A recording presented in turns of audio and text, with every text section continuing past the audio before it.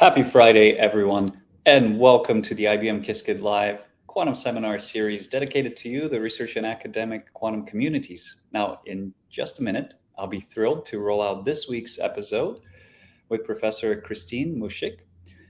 But before we get there, as always, in our traditional way, we'd like to say how happy we are that you've joined us on time, and to introduce the seminar. This is an interactive seminar where we like to keep things lively and to have a discussion, usually facilitated by the comment chat box here on YouTube, located somewhere on your screen, either above, below, left, or right. And to test it out, we always love to begin with my favorite question, which is, where is everyone tuning in from today? You can reply to that in that comment chat box on YouTube. And that's the same place where you can ask questions live of Christine and myself throughout the seminar and discuss them amongst yourselves, different questions. So we like to keep that interactive. And if it's okay with Christine, we're going to politely interrupt her every once in a while with some questions from yourself and myself. And I'm glad you've joined us on time. To remind you folks, this seminar takes place every Friday at noon Eastern Time. The recording will stay live, but you can only interact and discuss during this hour. And to know what's coming up, don't forget to appreciate, click like, and subscribe. So with that, I think, and I see we have some funny people today in the chat. We have people from Hogwarts, Chicago, Germany, Portland, Israel, India, Ecuador, San Diego, New York City, which is where I am, and India, and many more places. So thank you, everyone, for making this really broad spread of time zones. So with that, folks, let's get to it. I'm your host, Zlatko Minev from IBM Quantum Research, and on this episode 120, and Paul will have to tell me the exact number, I have the delight and privilege to introduce you to Professor Christine Muschik from the Institute of Quantum Computing, IQC, at the University of Waterloo and the Perimeter Institute. Hello, Christine. How are you today? Hi, Zlatko. Yeah, I'm great. I'm tuning in from Waterloo today, so Ontario, Canada. And yeah, originally I'm from Germany. Excellent. Thank you, Christine. And, that's a great segue for me to lead into our traditional biography. So Christine completed her dissertation in Germany at the Max Planck Institute in Quantum Optics with Ignacio Cirac. Her work was recognized and earned her the Alexander von Humboldt postdoctoral fellowship at ICFO, Barcelona, where she moved for a postdoctoral studies, and then later to ICOCI with Peter Zoller. In 2017, Christine joined the University of Waterloo and started the Quantum Interactions Group at the IQC. Christine is the recipient of too many awards to name, including the Sloan Prize, the Canadian Early Researcher Award, and her early work on quantum simulations of particle physics, very timely to today's subject, published in Nature, was one of the top 10 breakthroughs in physics in 2016. And I think that's really going to set the stage for what you're going to share with us. I think CFAR is on there on the list as well, which we both get to run into each other at. So with that, Christine, I'm going to hand it over to you, and the stage is yours. Okay, thanks so much. Yeah, I'm very excited to talk today about how to teach a quantum computer to simulate a problem from particle physics. And yeah, so I'm here at the Institute for Quantum Computing. So we're the Quantum Interaction Theory Group. And today I will only talk about one topic, of course. But if you want to know about all the other topics that we are researching, you can look at quantuminteractions.com and you will find much more information. But so let's dive right in. So for today, I'm going to focus exclusively on quantum simulations for particle physics. So I'm a quantum theorist, like I'm really from quantum information science. But if I look over to the field of particle physics, I'm always amazed that even though the standard model is known since such a long time, they still make new discoveries, right? So that's just one discovery from last year where they found new particles, so like really the first ever observation of a special type of pentaquark and Tetra Quark. And yeah, even so we know all the basic rules, there are still these surprises coming up. So this is just the good and proper reminder for myself also, like really to appreciate the importance of numerical simulations of quantum systems, no? Because even so, you know, for instance, in this case, all the elementary rules perfectly, yeah, you have the standard model of particle physics like beautifully laid out. If you want to really answer practical questions, okay, so this is a smaller question now, what is the mass of a proton? But even so, it's a smaller question in this case, like this involves really sophisticated and complicated, complex simulation, really to get you from your rules to the answer, the physics answer that you really crave to have. And that, of course, goes not only for particle physics, but condensed matter physics, where we need to answer simulations in material sciences, where we need to simulation, and even in drug design. And also some of the methodology that we develop here carry over to these other areas as well, so which is also very important. But zooming back to the topic of today, which is the quantum simulation of particle physics.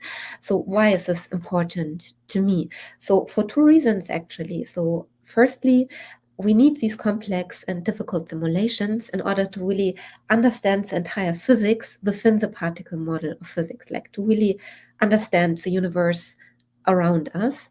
And secondly, and for me even more intriguingly, we want to understand when the standard model of particle physics fails, right? So we make complex simulations, and then we end up in a situation where our simulation result does not agree with the observation. Yeah, and that's then, in a sense, even better, because in this case, it's an opportunity to discover new laws and to develop new theories. So it's like really the cracks where the light can shine through and we learn something new about the universe. But in order to be able to do that, to find the cracks and to see the light, we absolutely need these simulations.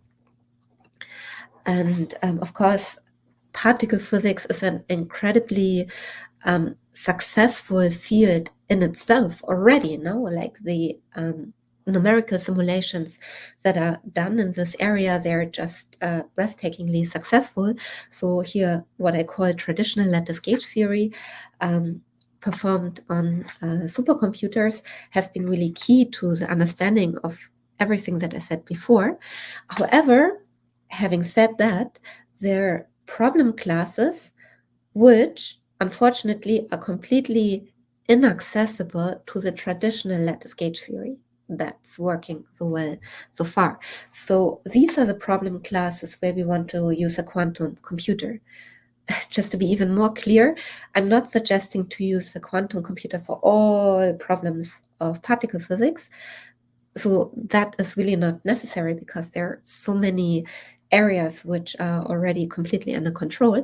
It's just certain problem classes, and so here you see 3 of them, in this case, which are afflicted by sign problems, topological terms, real-time evolutions, and chemical potential.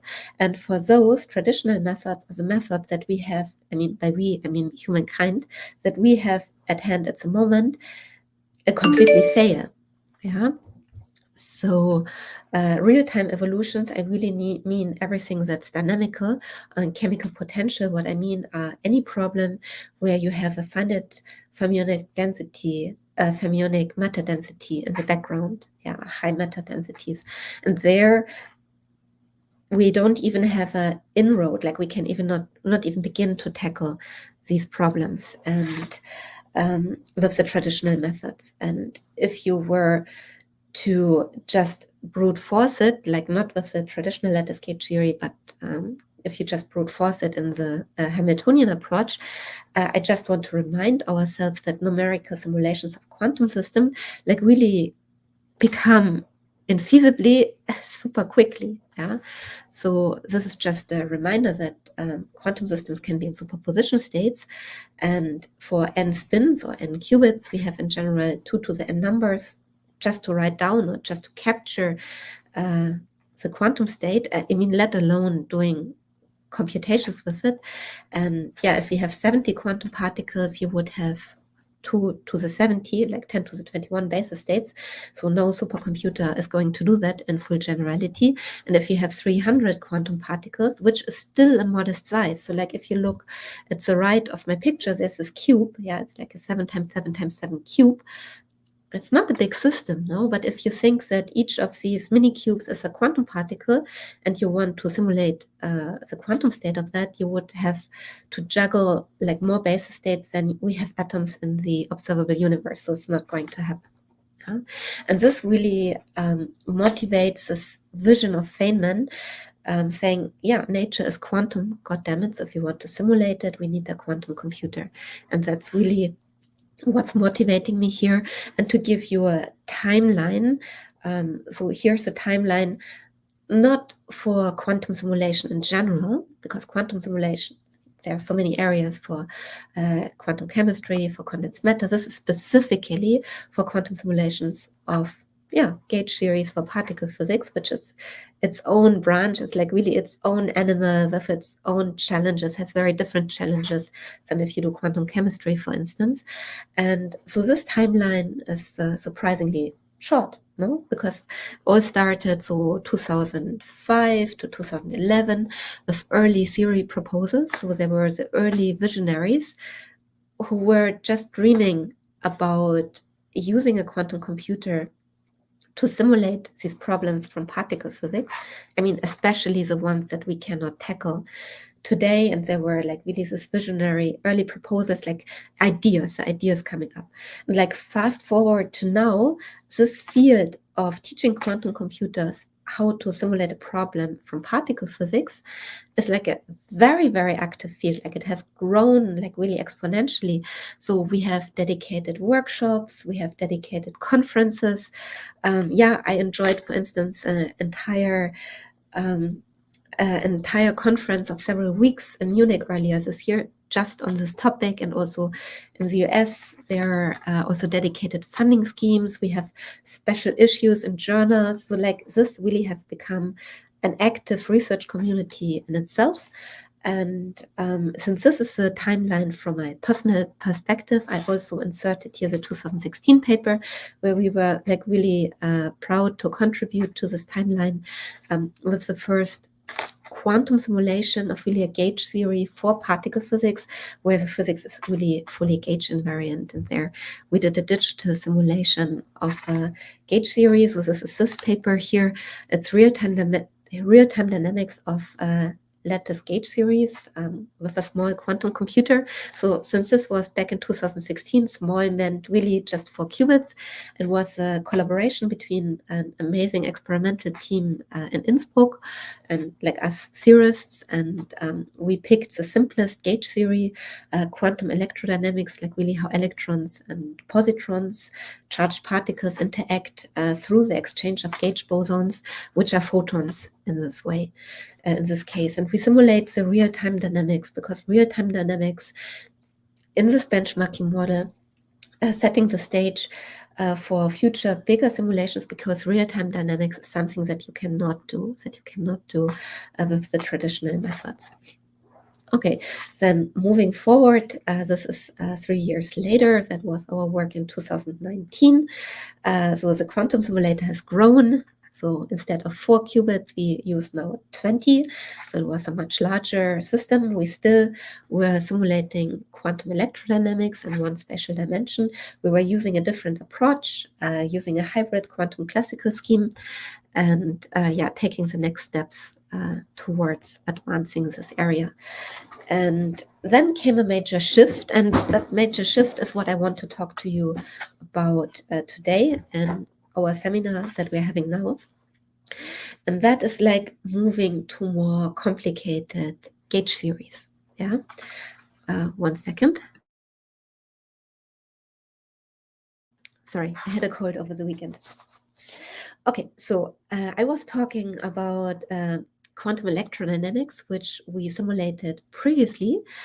But quantum electrodynamics is an abelian gauge theory, and I will say more about this in a moment.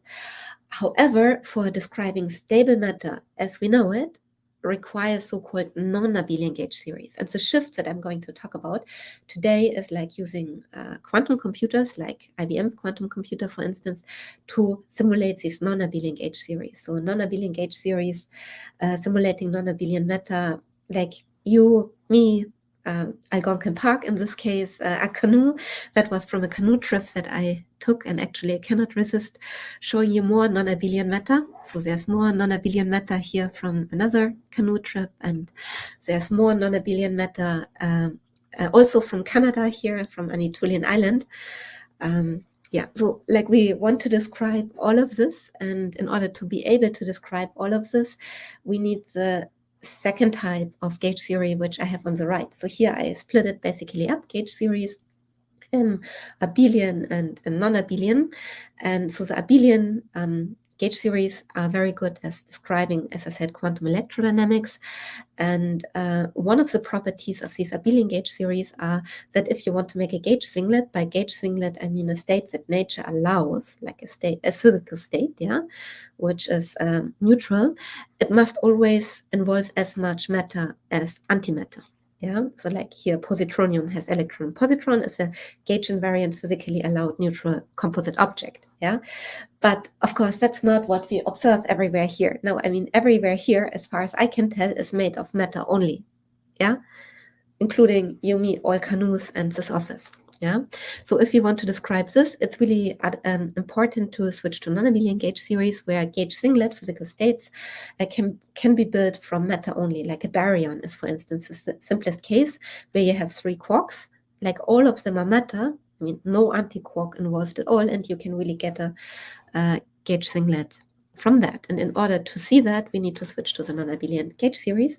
And this is a story which we did in 2 steps. So we set out the goal to simulate non-abelian matter, and we set our sails in this direction, and we divided our journey into parts.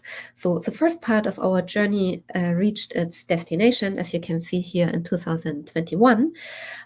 Because we wanted to learn how to include color degrees of freedom, yeah? Because the secret of making a matter-only composite is really that you have color degrees of freedom. Now, quarks have color, red, green, and blue, whereas in the abelian gauge series, like electrons and positrons, they're colorless. No? So we had to learn how to include color in a simulation, and in order to learn that, we started out by including 2 different colors. Yeah, 2 colors, and that was already a task enough, even though it's not yet simulating nature now, because nature has 3 colors. And yeah, we completed that in 2021. So we taught a quantum chip how to simulate SU2, like SU2 with 2 colors. Again, with a hybrid quantum classical approach, was simulated on superconducting quantum hardware, the IBM quantum experience, and we simulated a small, colorful quark, even though the whole composite object is, of course, color neutral, but it has the 2 colors combining together, something gauge invariant color neutral. So we saw SU2 quark, and we were extremely happy about this and made a big check mark on having learned how a quantum simulator can do a non-abelian gauge theory, including non-abelian matter.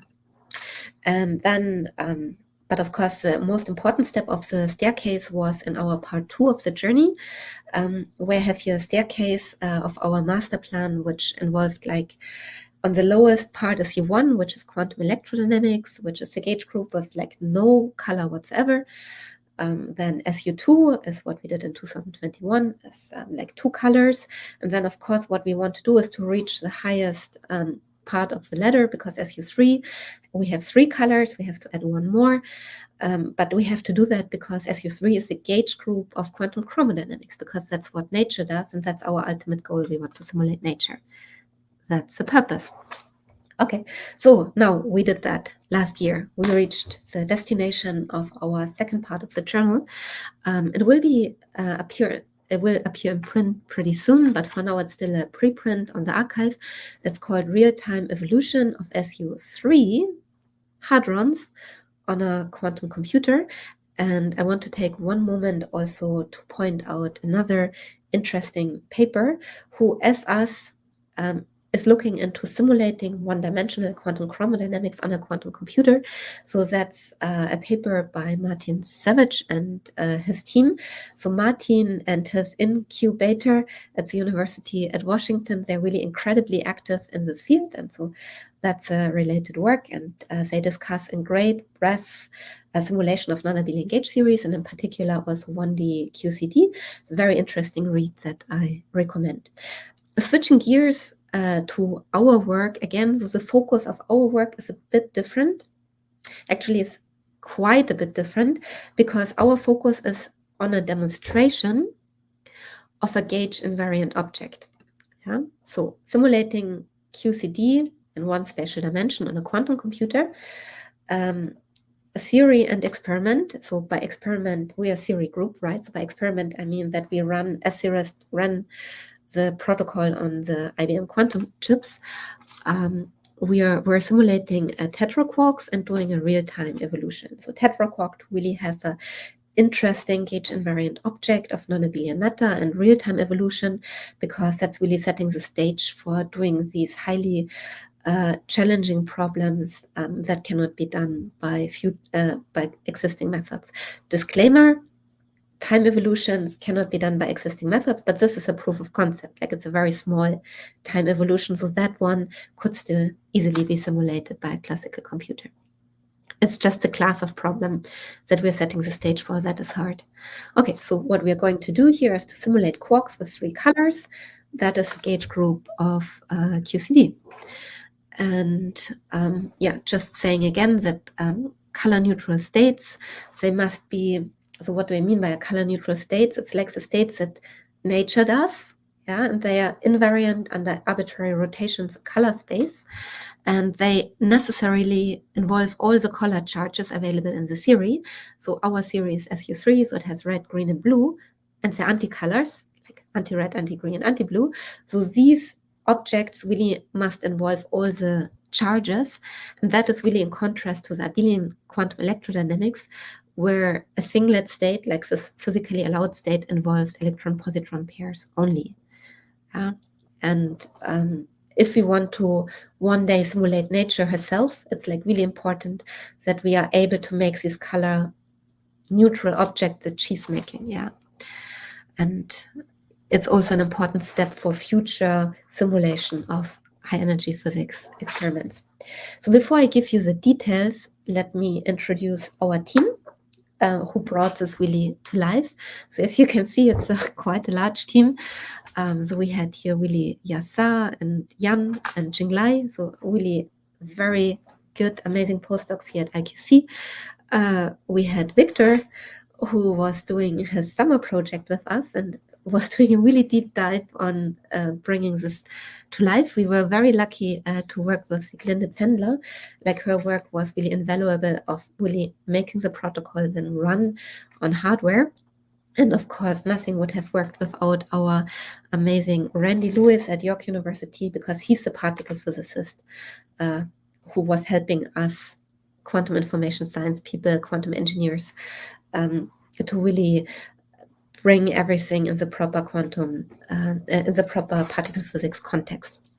Okay, so this team was working together in a orchestrated effort to really realize a very, very complicated model. So it took us very long to realize that, because the model of SU3 is, if you have gauge fields and matter, it's really a very complicated model. And that's also why we as a community didn't see non-abelian matter earlier.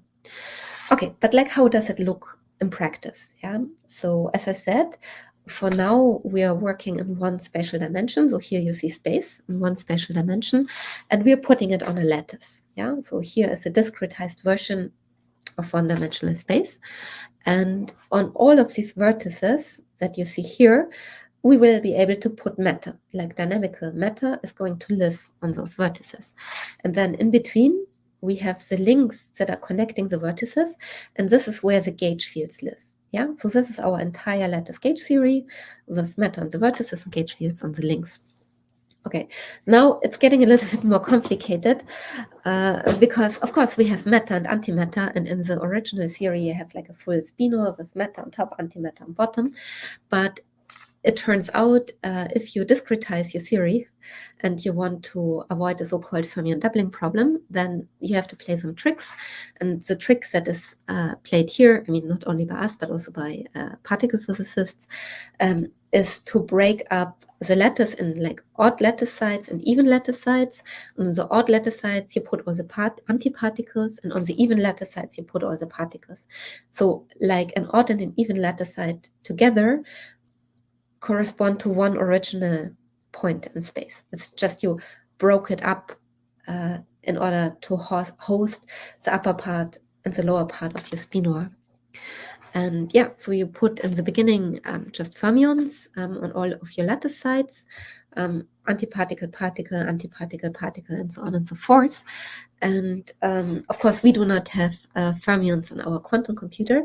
So what we do next is that we map everything to spins. So we do this in the standard way using a Jordan-Wigner transformation. And voila, you went from the original model to a model which is more suitable to be run on a standard quantum computer because it's now formulated in qubits. So let's look at this a little bit closer. So if you look at the left, so I indicated one elementary cell, because one elementary cell, it's quite big now, right? Because you have, first of all the antiparticles, and then you have the particles. And like the antiquarks, you need them in anti-red, anti-green, and anti-blue. But then you need also the quarks, so the matter, which is red, green, blue. And just if you want to represent, so this represents only like one point in space. Yeah, but you need all these spins in order to encode the different possibilities, the 6 possibilities that you have. So like we have now really a register of qubits that can represent an elementary cell, and then of course if you make the system bigger, like more and more and more concatenated elementary cells. And so just to make it explicit, that's 6 qubits per one point in real space. Correct. In this 1D line, and then each of these qubits is encoding a color for either one color state for either a particle or an antiparticle. Right. So we have this very handy translation table on the top right. So for instance, if I would have, like look at the spins that I have here. I have down, down, down, and then up, up, up. And then we can look in the translation table what this means. So down, down, down in place 1, 2, 3 means vacuum, vacuum, vacuum. Like this little ball which is dashed is supposed to represent the absence of a particle. So that's like the bare vacuum. And on the next cell, we have a staggering going on that pointing down changes its meaning. No, pointing up means it's in vacuum. It's just a specific encoding. So for instance, if you look at the spin configuration, which I depicted here, down, down, down, up, up, up, down, down, down, up, up, up, it's the most boring state ever because the complete absence of any matter. Yeah. So for instance, if I would flip the first particle, if I would flip the first spin, like the number 1, I would flip it from down to up, you switch on, so to speak, anti-red quark. Yeah. You would switch on and for instance, if I would flip the first and the fourth one together, such that I have the first one now pointing up and the fourth one now pointing down, I would have created a anti-red-red quark pair. Yeah, and so basically this is how the quantum simulator in essence works. Like you have this encoding, you have the translation table, and then whenever you look at the configuration, you can translate it and what it means about the presence and absence of quarks and antiquarks in all 3 colors. Yes. Okay. So I guess I don't know if you're going to talk about this, but it would be interesting if you could make some comments around. You have this like 6 qubit register that represents this one point in space. What does it mean for the kind of interactions in the cell or between cells? But I'm guessing you're going to get to that. Yeah. We need a Hamiltonian basically. Yeah, we need a Hamiltonian which is governing, which is acting on these now. And like we have, for instance, the Hamiltonian will have exactly terms like I described. So the Hamiltonian will have, for instance, flip-flop terms, so sigma plus, sigma minus term between 1 and 4. And so we can see what this flip-flop term will be doing. It will be creating an antiparticle-particle pair. And then we have another flip-flop term between 2 and 5 and 3 and 6.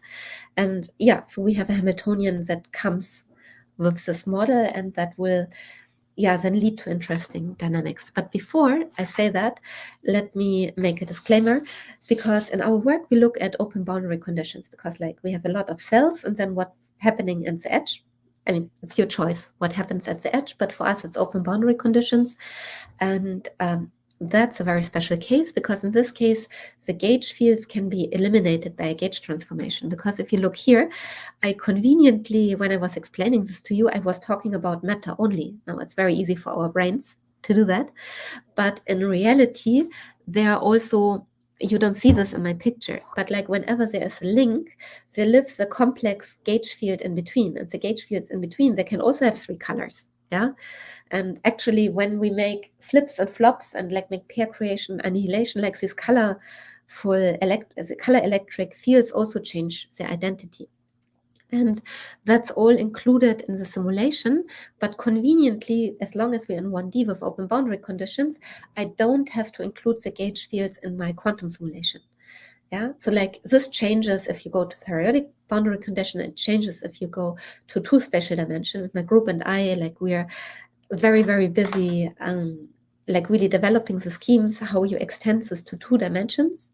Yeah, where you really have also to simulate the gauge fields explicitly, but that's a different lecture. That's a seminar in its own. But like for today, we're thinking of 1 dimension and with open boundary conditions, is that we don't have to think about the gauge fields, and we don't have to include them in the simulation. Yeah, so like the non-abelian gauges, they contribute to the physics, and implicitly we will see them in the physics. And I can also make plots, or like my team always, often makes plots of like how the gauge fields behave. And if you look in the paper, there's also plots about the gauge fields.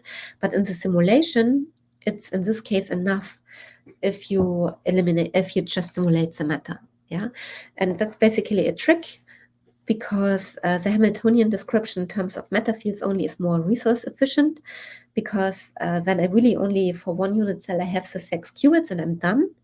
And I don't have to put a lot of extra qubits, because the gauge fields are very, very expensive to simulate. I would have a ton of extra qubits just to simulate the gauge fields.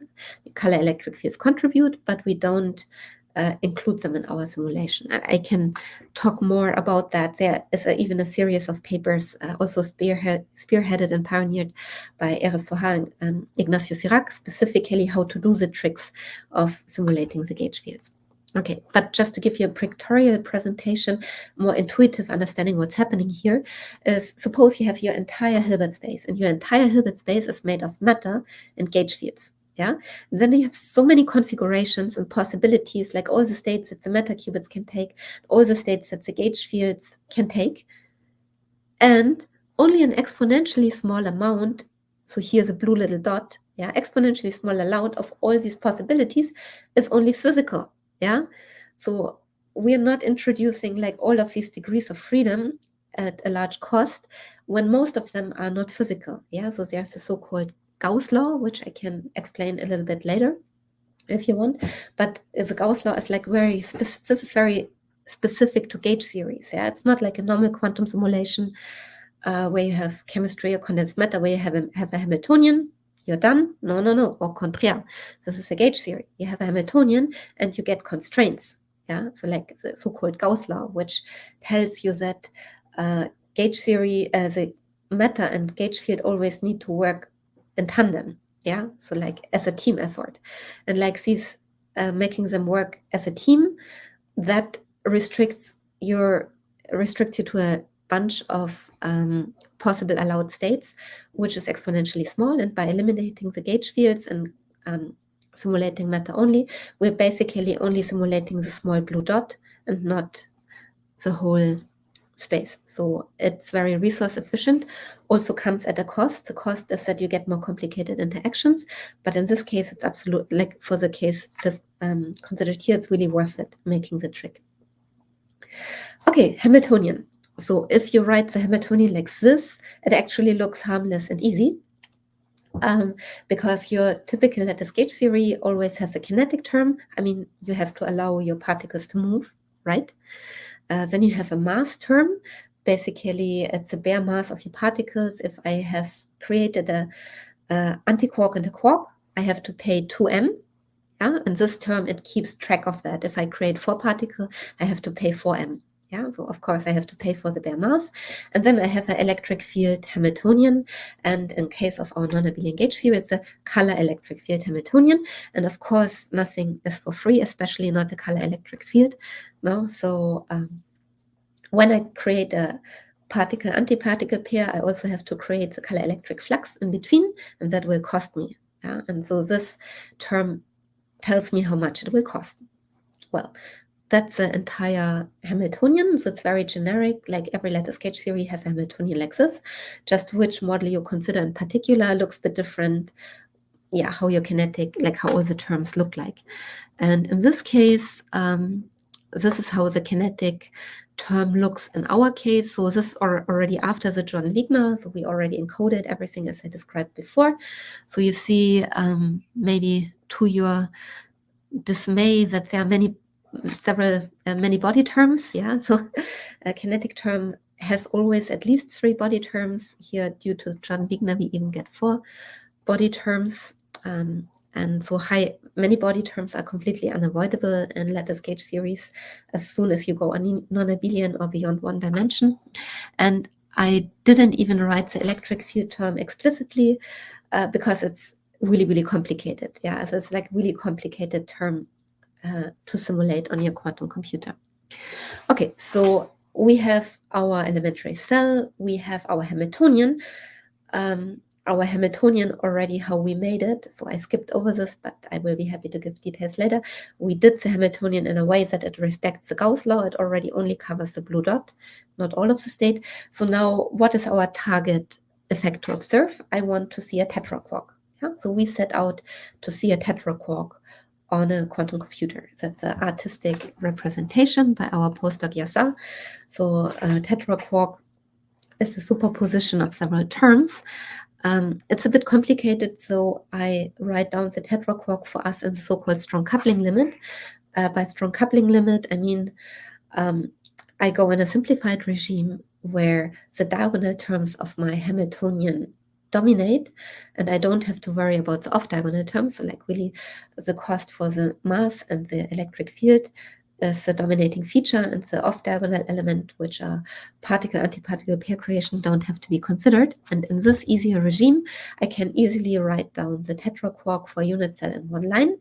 And then you see a Tetra Quark is, as you might have expected, a composite object of 4 quarks, hence the name.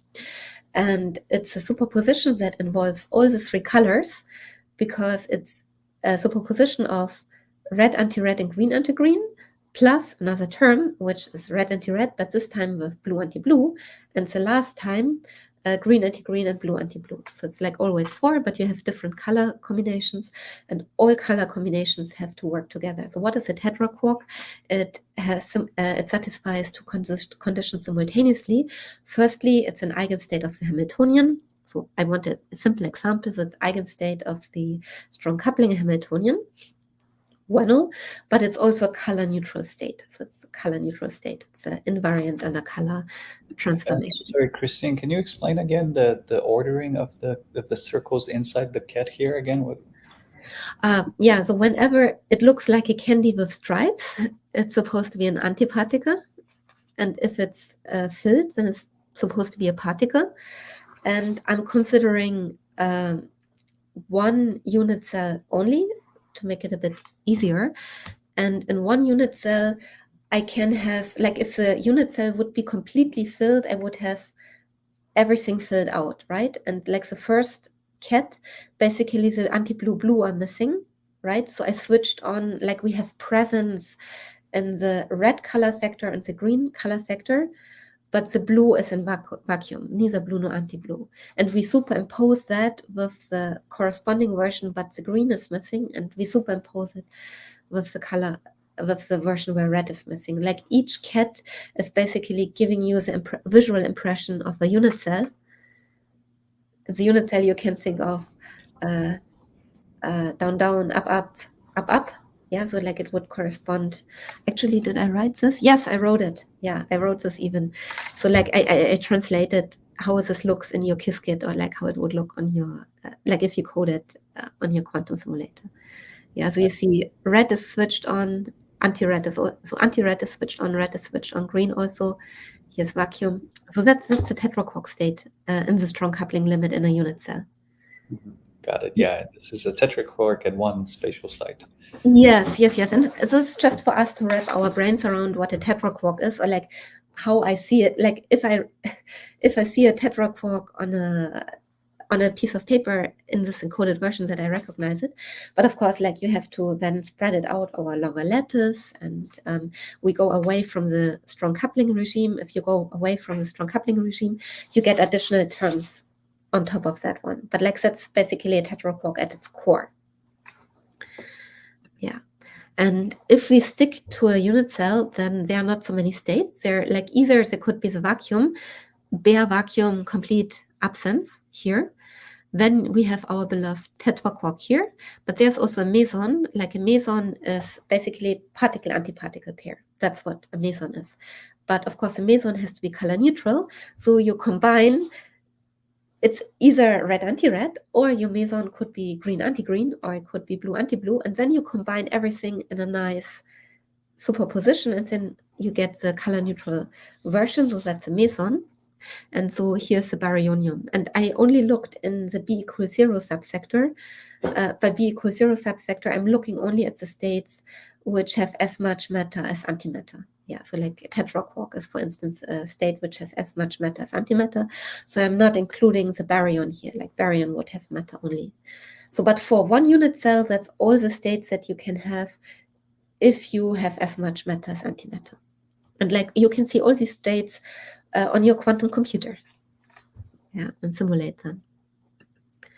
And let me, before I go into the simulation proper, also talk about the energy spectrum, because so if I'm in the strong coupling limit, basically, and the mass really dominates, then the baryonium is the heaviest because, hey, it has 6 quarks. No? And the vacuum is the lightest because there are no quarks. So basically, in this case, if I'm looking at the mass term only, it would cost you 0m, 2m, 4m, and 6m.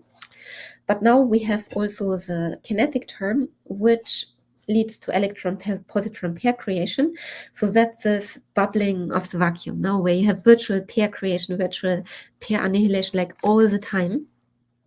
And this plays games with your energy. No? So here, for instance, if I have this parameter regime, baryonium is still the heaviest, but if I make the mass less important and here's a kinetic term more important, the baryonium actually drops to position 2, and what we call the Tetra Quark is now higher in energy, even though it technically has only 4 particles. No? So it really depends in which parameter regime you're in. And before I was talking about the states, so these are the states in the strong coupling regime. But if you move away to from the strong coupling regime and you're like in an intermediate regime, then yeah, you have what we call the Tetra Quark is a combination. So it's mostly strong coupling Tetra Quark, like it's mostly this state, but it also has some baryonium in it, and it has a bit of meson in it. Yeah. So, and also this vacuum gets diluted by having a little bit of meson in it and even a bit of Tetra Quark in the vacuum. So it like gets very interesting if we move away from the strong coupling limit. Yeah, and so you see energy differences, and I just point these energy differences out because they're going to become important in a moment, because now I want, like I talked at length about our model, but I want to talk also a little bit about our protocol. Yeah, so what does our protocol do? So what did we want to see on our quantum computer? So what we actually wanted to see is we wanted to see a time evolution. Why did we want to see a time evolution? Because time evolutions are in the problem class that traditional lattice gauge theory cannot treat. I mean, for a single cell, yes, but like if you make it larger and larger, this is a problem where traditional lattice gauge theory and Markov-Chain Monte Carlo in general just go out of the window, whereas quantum computers can still treat it. So quantum computers, I mean, today are still small, but if they grow, there's no fundamental roadblocks. There's no conceptual problem. There's no fundamental roadblocks. This is one of the problems where we think quantum computers can really make an impact. Time evolutions, yeah, where quantum computers can really lead us to answers that we could not have gotten in any other way. This is why I simulate quantum evolutions. So how did we do it? So there are several ways to do a quantum evolution. Here we use the Trotter protocol. Yeah. So the Trotter protocol, we used up to 8 Trotter steps, and that's up to 80 gates. So that was a lot of gates. We had a very funny circuit which operated on a small register and was very long. Yeah. So we reduced everything with a couple of tricks to 3 qubits. So the trade-offs that we had here is like we dramatically decreased the register size, but we could not decrease with this approach the length because the Hamiltonian is very complex, as you have seen, and so it really required 80 gates. And so we reduced the mean particle number versus time, as you will see in a moment. And we had to employ all sorts of error mitigation in order to see something with so long gate depth. And the experiment, as I said, used error self-mitigation using randomized compiling. I can say more about this later. Maybe a quick question around what can we say about the simulation, traditional simulation of lattice gauge in 1D. I guess is that in 1D somehow generally much easier, where you have access to like tensor networks and MPOs? Oh yeah. For 2 reasons. Yeah, so 1D is less resource efficient. Is more resource efficient because you just have fewer lattice points, of course. And so like with the traditional lattice gauge theory, I mean, only because you're in 1D, the sign problem doesn't go away in this case. But the sign problem does go away if you switch over to the Hamiltonian approach. Yeah, so just by going to the Hamiltonian approach, you have bypassed the sign problem. And once you're in the Hamiltonian approach, then you have 2 routes. You can either do tensor network states or you can do a quantum simulation. Yeah, so they belong to the same type of approach. And if you're in 1D, you can do matrix product states. And there have been beautiful results on lattice gauge theories with matrix product states. Yeah, and so the advantage from my perspective, so why I'm following the quantum simulation side, is the interest in going to higher dimensions. So I'm not talking about this today, but like a big effort that my group is concentrating on is actually increasing the dimensionality, like going to a higher dimension, because our goal is to simulate nature. So we need to go from 1D to 2D to ultimately 3D. That's one of our big goals. Yeah, and for tensor network states, there of course like all these challenges. Like we have some very first exciting demonstrations from some groups how you can go beyond 1D, but like as a whole, it's not completely clear how you go beyond 1D. Whereas with quantum simulations, so it's more obvious. It's more obvious how to do that. And just to put this in a bit more context, like all the demonstrations that we had so far are in essence 1D demonstrations, right? So like we did 1D in 2016. There are like a bunch of many other beautiful experiments that followed, like also 1D. And then people have looked in quantum simulations, like really on demonstrations on quantum computers to go to 2D. However, going to 2D, like currently as a community, it's done with pure gauge series, right? So where you don't have any matter. Yeah, and if you want to do really a lattice gauge theory for particle physics in more than 1 dimension, where you don't only have the gauge fields but also the matter, that's like really still an open challenge, but super important challenge, of course. Great, thank you. And I know there are a couple broader questions from Deepan and from Kianush and others. We'll get those at the end. Okay, thank you, Christine.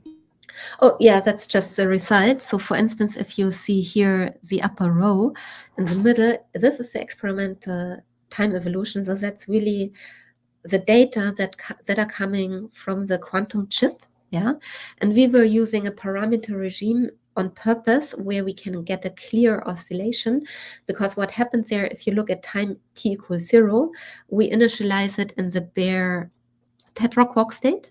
So this is why the particle number is we initialize it in the baryonium state. So the baryonium state is like fully filled. So we have like really 6 quarks. You have 6 quarks. So at time equals 0, you have 6 quarks.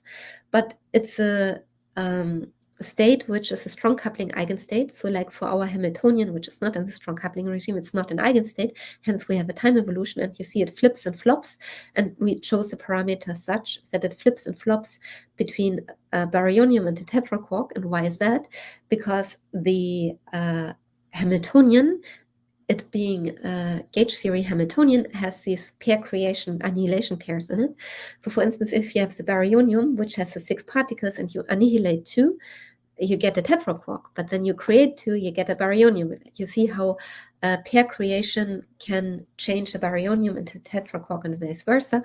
And this is the time evolution that we see there. And then we can do a Bayesian frequency extraction, and we can extract a frequency from our time evolution and find exactly the right one, just as a cross check.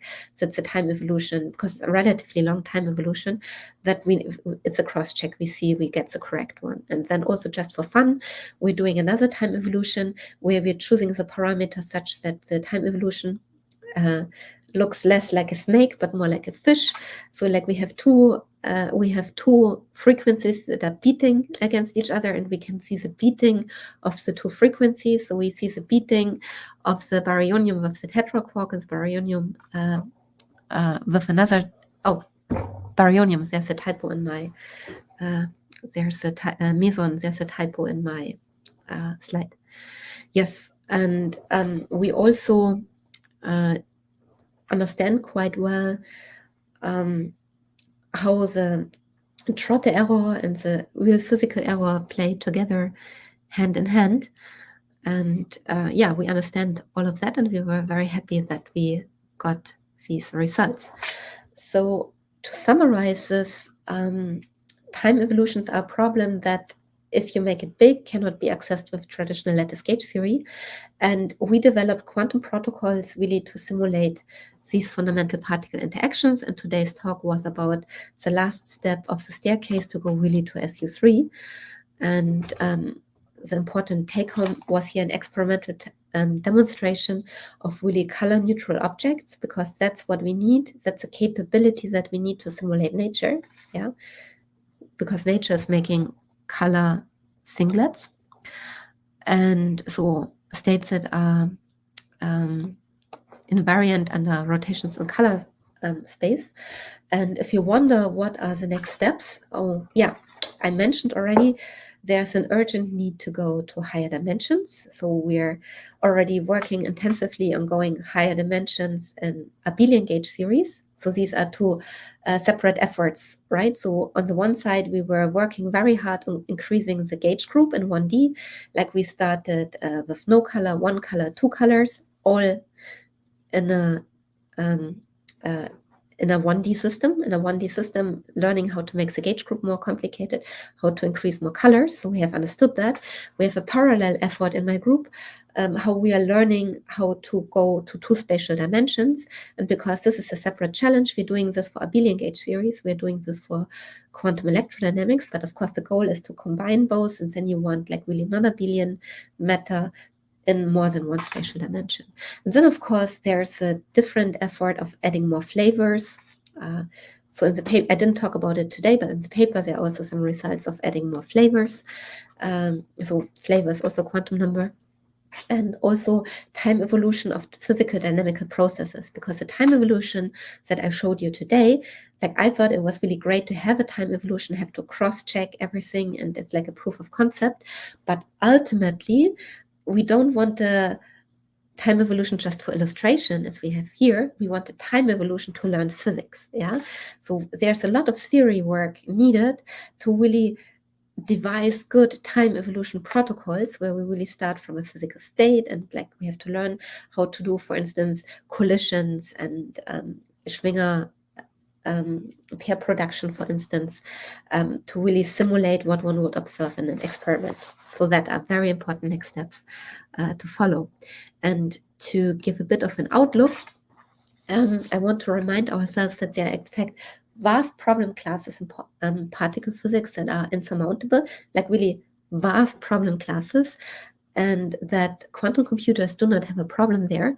And like I was giving the example of real-time evolution today, but another very interesting example is high matter density, for instance. We didn't touch on it, but suppose you're even staying in equilibrium if you want, not even time evolution, but simply the fact that you have a high matter density, like inside a neutron star in the early universe, having nuclei, like that you formally add a finite fermionic chemical potential, that also leads to sign problem. It's another frontier where the Markov-Chain Monte Carlo cannot even make an inroad. You don't even have a trailhead.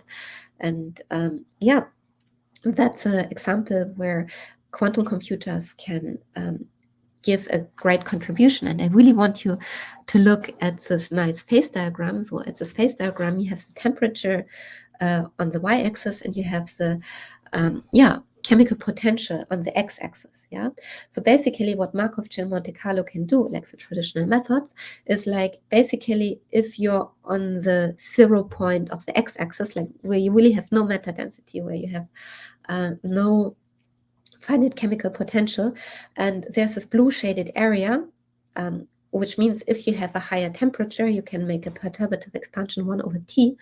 Then in the shaded area, there are some analytical methods where you can calculate something today. So if you look at this whole phase diagram, you have so much interesting physics, no? Like you have so much interesting physics, including conjectured physics, like on the top, on the bottom right, color superconductivity. We don't even know whether nature even does this. And there are also the acronyms of the experiments who investigate that in high energy physics. And you can only access the blue shaded area.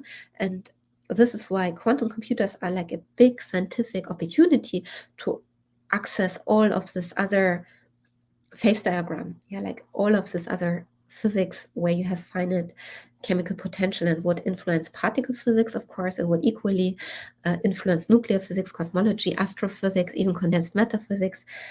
So there's a lot to be done there. So it's a very exciting hunting ground for making quantum simulations with finite chemical potential. And like the bigger vision for me is really quantum enhanced scientific computing, where we have the regular infrastructure, but we have quantum coprocessors working in team with the regular computers, and then hopefully allowing us to learn new physics and to make new discoveries. And there's a lot of unexplored territory. I had so much to learn, and I'm very happy that you joined me on this seminar today. And yeah, thanks to all of you, and also thanks to everybody who supported our work. Thank you, Christine. This was really wonderful. I also learned that you really like canoes and boats and water, which is so true. a fan of as well. Maybe a couple of quick questions and clarifications. And folks, this is a great time to post your questions in the chat. I already see a few piling up.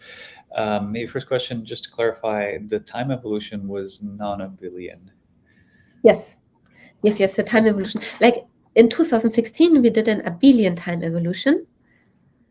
And then now in last year, we did a non-abelian one. Excellent. And question from Clement Charles. I was wondering what problems one encounters when simulating non-abelian theories in higher dimension. Oh, ask me which problems we do not encounter. No, like it's like really much more complicated. But the most important problem is, okay, so if I'm in one dimension, I can completely eliminate the gauge fields, and that makes my life just so much easier. If I go to 2 dimensions, I can still extend the method that I presented today by eliminating gauge fields, but I cannot eliminate all of them. So I can still play this game of eliminating a subset of them and reducing the Hilbert space to this gauge invariant bubble, the small one.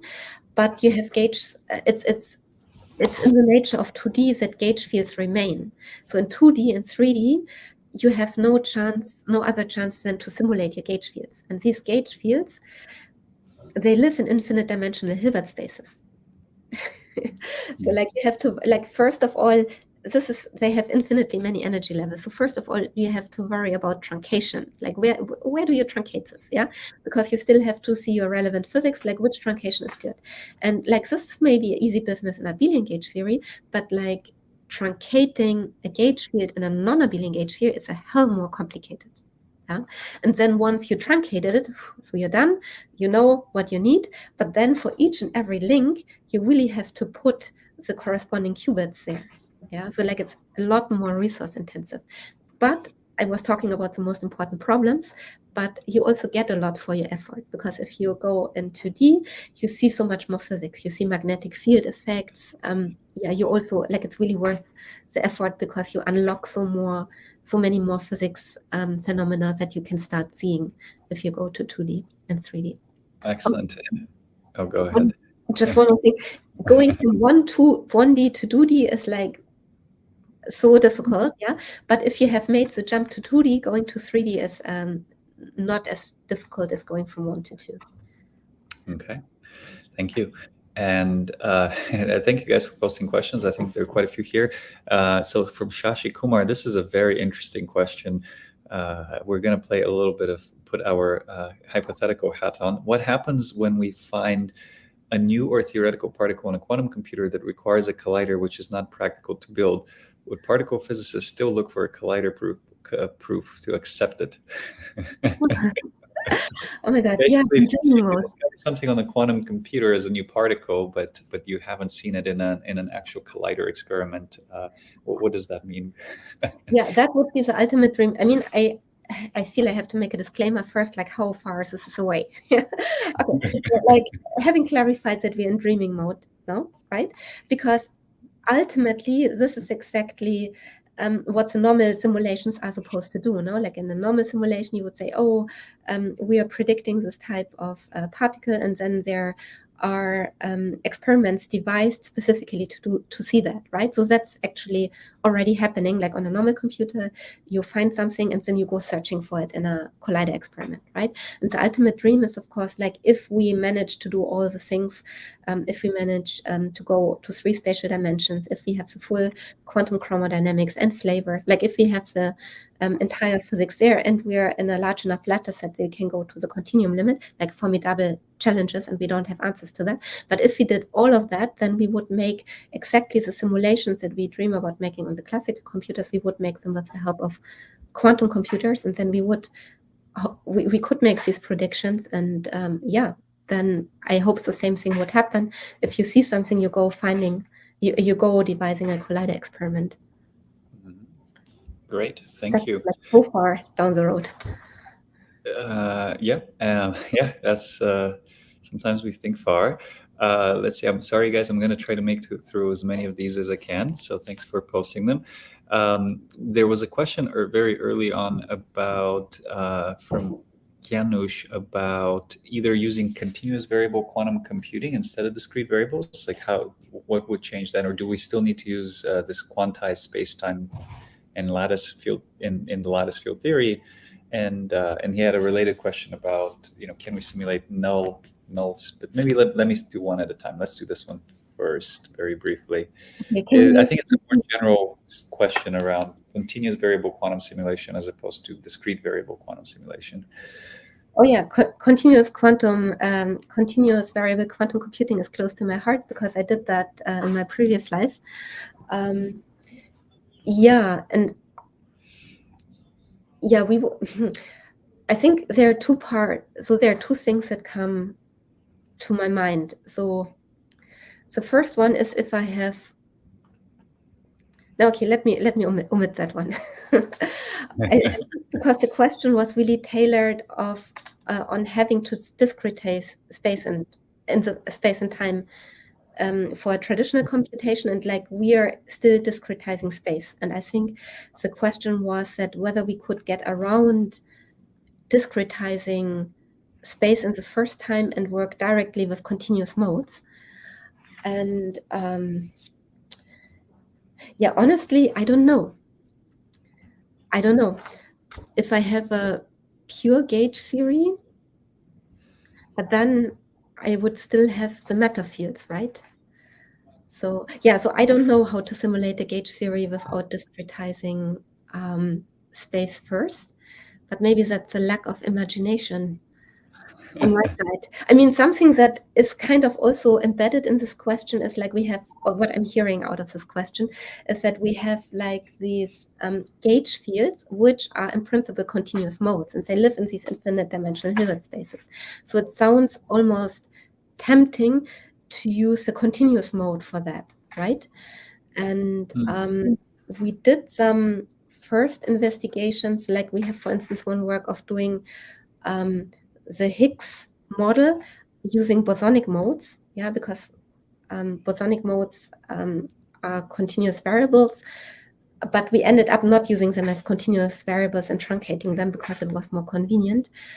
But yeah, maybe there's a way to use continuous variables, at least for the gauge fields somehow.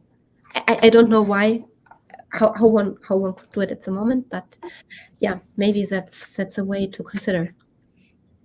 Excellent. From Vincent, question from Vincent. Fault tolerance aside, what properties would your ideal domain-specific quantum computing architecture have? I think this is to the end of your talk. You said, I'm very happy you mentioned coprocessors. What applications do you have in mind that can utilize this like classical to quantum or HPC/QC architecture? So I guess that's two questions. Yeah, or is he like, it more looks like quantum computing architecture, no? Right. Yeah, quantum computing and then okay. processors. I think Vincent, if I believe in Vincent, feel free to clarify here in the chat. I believe Vincent is asking about the quantum processor that you run on. Right now they have a fixed topology, they have some sort of native gates, etc. I believe Vincent is asking, as a user of these things, what would be your ideal, given the lessons you have learned from all of this work since 2016 and on, what would be some of the key things that you would like to see that aren't there, perhaps? I think that's what Vincent is asking. Yeah. Actually, I mean, while we're still in the NISQ era, while we still have to handle these very small quantum computers and limiting, we have limited gate depth. So something that I see as crucial, or a big benefit at the moment, if we can make a match between the hardware and the protocol. So for instance, in our 2016 paper, when we did this elimination of the gauge fields the first time, then immediately what you see, if you eliminate the gauge fields, then you get long-range all-to-all connectivity. Yeah, and if you want to employ a trick like this, then of course it's better to run it on a trapped ion quantum computer, which has all-to-all connectivity, for instance. Yeah, so for instance, if you want to run a protocol on a fixed topology, which does not have all-to-all connectivity, maybe you don't want to eliminate the gauge field, maybe you want to really go to an encoding that really respects the quasi-locality. Yeah, maybe you want to, because in principle, quantum, these gauge theories offer quasi-locality. So maybe you want, if this is your hardware, then you want to encode it in a slightly different way that matches your hardware, for instance. And it also depends really what you have available. So for instance, something that we noticed just recently now on several platforms, I mean, including IBM, of course, these mid-circuit measurements become available now. And that opens up a whole plethora of new things that you can do, because since we are talking about which approach to choose, and so far I was talking always about the gate-based approach to quantum computing. Yeah, so that we think of a circuit and the computation is done with a circuit. But in principle, we don't have to go gate-based. In principle, there are other paradigms as well, and one of them is measurement-based. Yeah, so there's the entire measurement-based paradigm of quantum computing, where you perform a computation not by gates but by measurements. Yeah, you upfront create a lot of entanglement in a nice entangled resource state, and then you conduct your computation by making measurements on that. Yeah, and so for instance, one work that we recently did is we combine both. Yeah, because now we're in a time where now we have mid-circuit measurements, a measurement in your computation, which does not disturb the rest of your qubits. This is now a reality. And so this means that we can bring measurement-based elements to a circuit-based platform. Yeah? And so these have, for instance, certain advantages, and now we can bring the advantages of measurement-based computing also to a circuit-based platform. So to make the long story short, I would always, at least as long as we're in NISC, I would match the protocol to the hardware in terms of connectivity, for instance, but also in terms of capabilities. So, for instance, something that, I mean, just the day before yesterday, like I was again in the situation, I have a circuit which is just longer, and like the length of the circuit, the sheer number of gates is my current bottleneck. Yeah, but like, for instance, these measurement, like if I make these gates in a measurement-based way, I have a trade-off that basically I add ancillar qubits, so I make my register broader, but it shrinks the depth. Yeah, and if this is more suitable for your protocol, your problem, and your hardware, then that's basically what you should do. Like always, like setting it together with a puzzle. The original problem, which is the model you're simulating, is calling for certain things. Then the protocol, like what you eliminate or what not, is also then your freedom in the encoding to play to the strength and maybe avoid the weaknesses. And then, of course, there's like the whole computing paradigm trick thing where you can even merge different paradigms. And ideally, everything gives a puzzle where you get the most efficiency out of your current device. Excellent, thank you. And maybe a quick last question here, and I'm very sorry, folks, we won't get to all of your questions. There's just too many, and we're already more than 10 minutes over. So Bharat, you are the lucky winner today. You get the last question. So question from Bharat, maybe you already said this, but how does the circuit depth for Trotter step scale with the number of sites and the Hilbert space truncation scheme?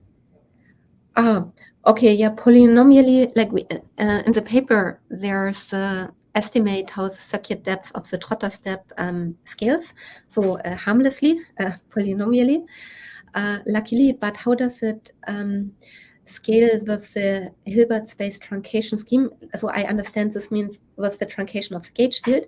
So luckily in 1D, I didn't have to truncate the gauge field, so it has automatically all infinitely many gauge field levels included.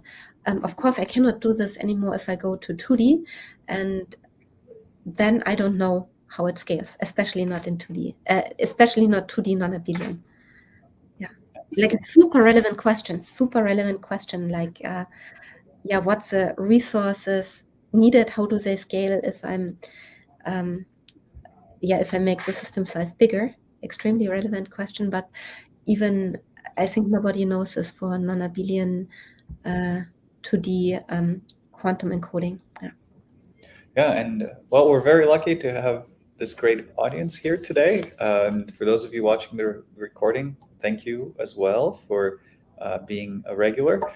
Christine, it's been such a joy to see the results and to learn more about colors and quarks and pentaquarks and so on. I think maybe this is a great time if you wanted to share any final words with us before we tune out. Oh, yeah, thanks for all the great questions. Yeah, I enjoyed it, and thanks a lot to Zlatko for making the seminar happen. Well, Paul here is the one who makes us look good. So, folks, thank you very much. This was episode 128, I am told. We're very excited. I know Chris said he'll be here for 256 as well, and I guess we hope so too, I think. I don't know if Paul will be ready for 256 of these. But with that, thank you so much. Thank you, Christine. We will see you next Friday at noon Eastern Time.